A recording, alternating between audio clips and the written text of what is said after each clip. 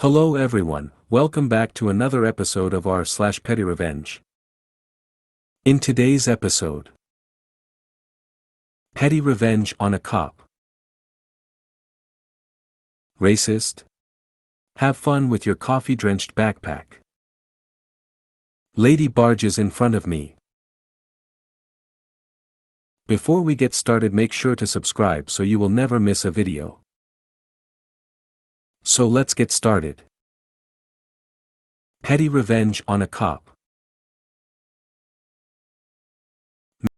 Many years ago when I was 18, I worked by myself midnight to 8 o'clock in the morning at a 7-Eleven in a suburban community of San Diego. At the time there were a handful of cops who worked graveyards and they would come in and out through the night for coffee. My boss told me to give them free coffee because it didn't hurt to have people seeing cops there on a regular basis. One night on my way in I was heading to a nearby Noggles, that's how long ago this was, for a burrito to take to work. I was riding my motorcycle and got pulled over by a cop. He walks up and it's not one of the dudes I know, tells me he pulled me over because my taillight is too dim and not street legal. I tell him that I am aware of this because I got a fix-it ticket earlier in the week for the exact same thing, and I planned to take care of it that weekend as soon as I got paid. I showed him the fix-it ticket so that he knew I was not feeding him a line of shit. He proceeds to write me another fix-it ticket for the exact same thing, even though I assured him I was getting it fixed that weekend to satisfy the previous ticket. He finished up ticketing me, I was now late, and I didn't get my burrito. I got on my motorcycle to drive to work and he stops me and tells me I can't drive it. I point to the 7-Eleven which is a couple blocks away and visible, and ask him if I can just drive it there since I'm already late, and by the time I get off in the morning it will be daylight. He tells me no, and so I have to push it with him following me all the way. Needless to say I was pretty pissed about the whole thing. Later that night some of the cops I know come in, I tell them the story and they just shake their heads and tell me that dude is new to the area and has a stick up his ass. Some more nights go by and they come in and the stick up his ass guy is with them. They say hi, and stick up his ass dude tries to be cool and chit chat but I'm not having it, dude deprived me of a burrito. They all grab their coffee and say bye, start heading out the door. So I say, excuse me, to stick up his ass guy, your coffee is 50 cents, yeah, long ago.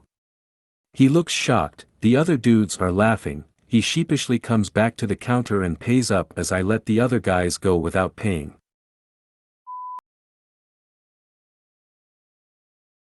Racist? Have fun with your coffee-drenched backpack. Quick context, I'm 21, and Vietnamese. Today I went to the library to print out some material for my classes next week.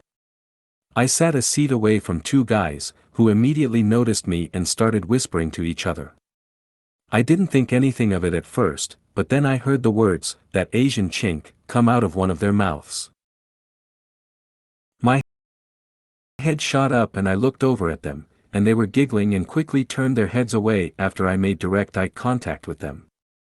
One of them then recomposed himself and waved at me when he saw I was still staring, while the other was still giggling. I was shocked, and asked if they said what I thought they said. At first they tried to play it off, saying they didn't know what I was talking about and that they were just talking about a game, but then one of them asked, "But you are a chink, right?" I was shocked and started lecturing them, telling them it was a derogatory term that's almost the same as using the N-word, and one of them laughed, and said, "What? I have black friends and they're fine with me saying it." I proceeded to tell him it was definitely not okay to use if you weren't the POC, but they just ignored me and went back to talking to each other. I was shaking from anger, and decided to just hurry up and do my thing and get out of there.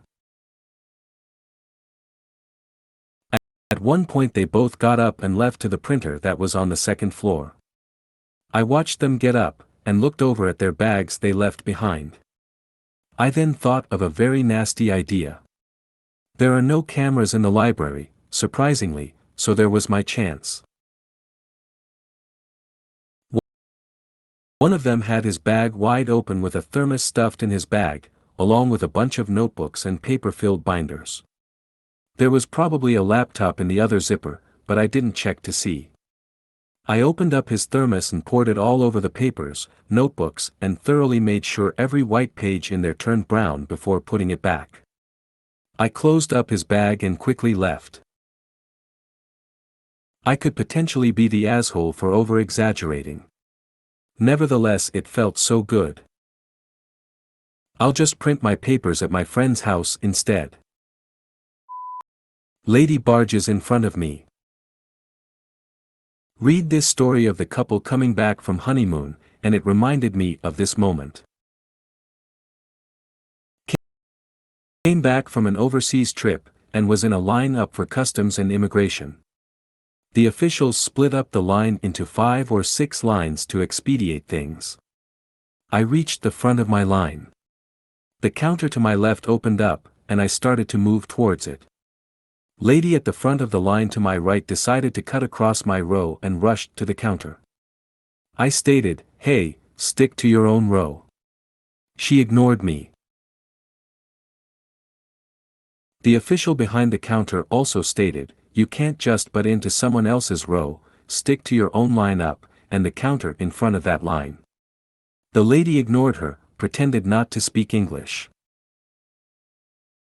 So, the official decided to examine every single document she had. Examine every single item in her purse, her bags. As I went up to the next official and got waved through, I looked back at this lady, completely flustered at this point, getting completely reamed and nit-picked in extreme detail. Don't mess with the officials. If you made it to the end of the video, thanks for watching.